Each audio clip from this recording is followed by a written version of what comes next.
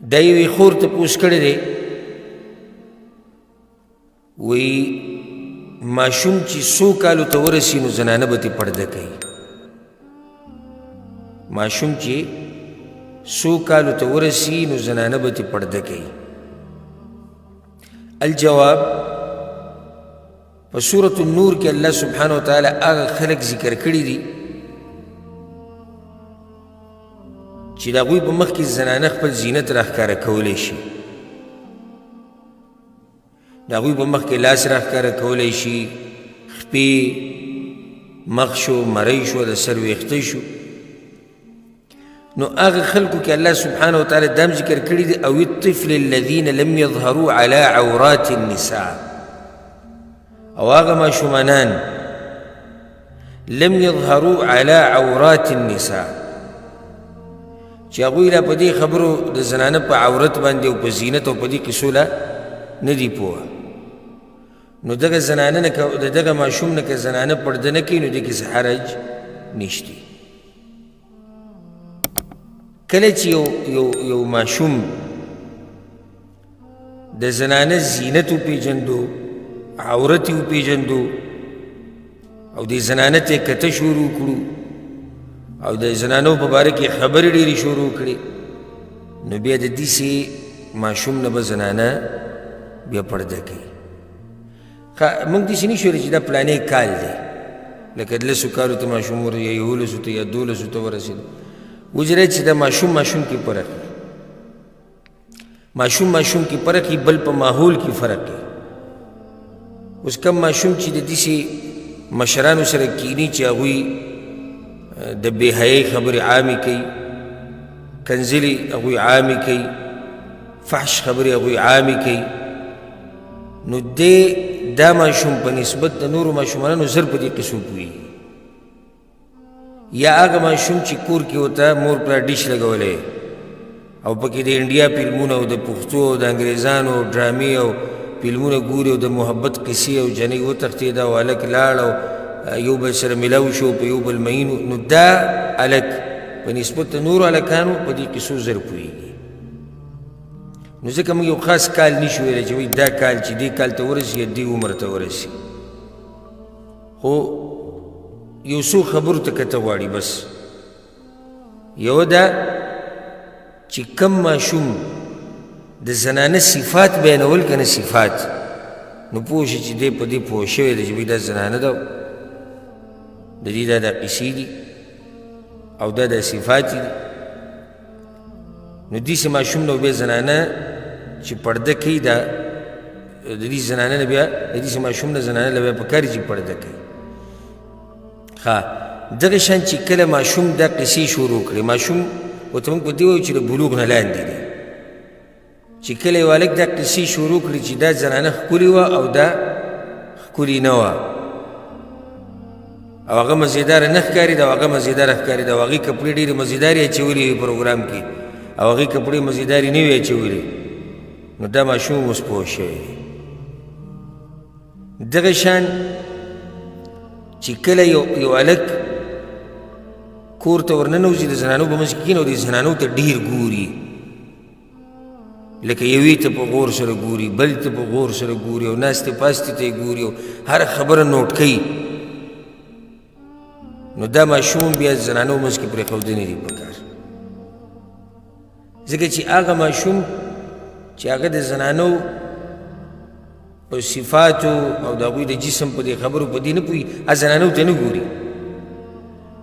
هغه ته دا ټول یو شی دی که زنانه تنګې جامې اچي او که لنډې اچي او که غټې اچي او که ښایسته او که بدرنګې او که هر څنګه ته اوس هېڅ کار نه نو داسې ماشوم خیر دی زمونږ په دې پښتنو کې دا ډېره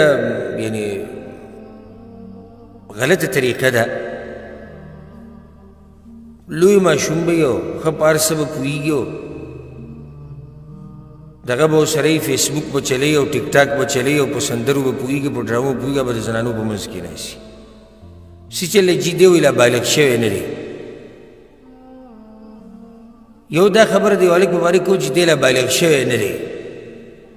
د څه نه ته پته لګي چې دی بالغ شوی لا نه دی یو خو دا خبره ده دویمه دا خبره کوو چې دی لا بالغ شوی نه دی. الله خو دلته دا نه دي ویلي چې د بلوغ نه مخکې هر قسمه ماشوم، نه هغه ماشوم چې د زنانه په عورت او په زینت نه پوهېږي.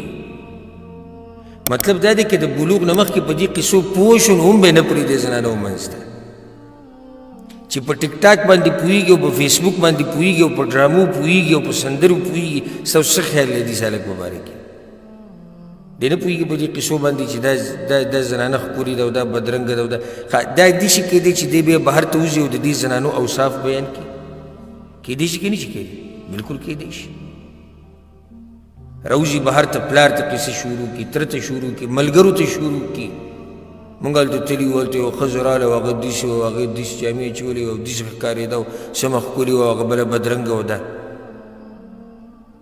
زمونږ پښتنو په معاشره کې ګوره دا کار شتي، د دې نه به یعنې انکار هسې ځان په زوره جاهله کولي چې یعنې زه نه یم خبر دی. په دې کلیو کې دا ډز او ډوز په دروازه باندې جوړې او دا هلکان به دننه ځي او بهر ته چې دی لا بالغ شوی نه دی. داسې که نه دا خو ماشوم دی او دا خیر دی او دا خیر، بلکې دغه را پرېږده بالغ سړی دننه ځي راځي. راځي چې را کومې خبرې کوم دا حقایق دي. ګورې بالغ سړی د کاکا زوی، د ماما زوی، رور دننه د زنانو په منځ کې ناستي او د تره زوی او د ماما زوی وایي دا نه راځي دننه کور ته، د هغونه شرعي پرده نه کي. نو دغه پرېږدي چې لا بالغ شوی نه دی، هغه ته به څوک څه وکړي. بل مشکل دا دی که چا ته دې نصیحت وکړو څه دې ورته ووایو ځان له دې بله مسله وکته. ښه دا زما زوی تا ته خراب ښکارېده، لکه د خراب او د روغ خبرې نه دي، دا خبرې د شریعت دي. ښه زما ښځه تا ته خرابه ښکاري او زما لور تا ته ښه نه ښکارېده او زما زوی تا ته، دا دې خبرې نه دي، دا د الله امر دی. نو دا غلطي موږ په ډېرو د فیملیانو په دې غم خادو کې لیدلې ده او د دې عوایلو په غم خادو کې. لوی سړی به یو دننه به ځي راځي، نه ورته پلار څه وایي نه ورته مور څه وایي. او غلطي د هغه زنانو هم ده. زه دا وایم چې کومه زنانه دیندارې که نه نو هغې له پکار دی چې هغه په یو مجلس کې داسې هلک ویني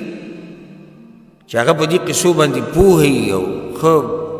غټ پټ وي. پکار دی چې ورته ووایي چې بار ته وځه، ته څه کوې دلته چې راغلی؟ که مور پلار یې خفه کېږي زر پېرې د خفه شي، که تره خفه کېږي زر پېرې د خفه شي، که هر څوک خفه کېږي خفه دي. ټول نه مخکې شریعت دی او داسې ډېر شوي دي، داسې ډېر شوي دي چې دا هلکان کور ته دننه وځي راننوځي په دې دغه باندې چې دی لا بالغ شوی نه دی او ماشوم دی او دی د دې کور چې دننه څه دي هغه بهر بیانوي. د دې زنانو اوصاف، د دوی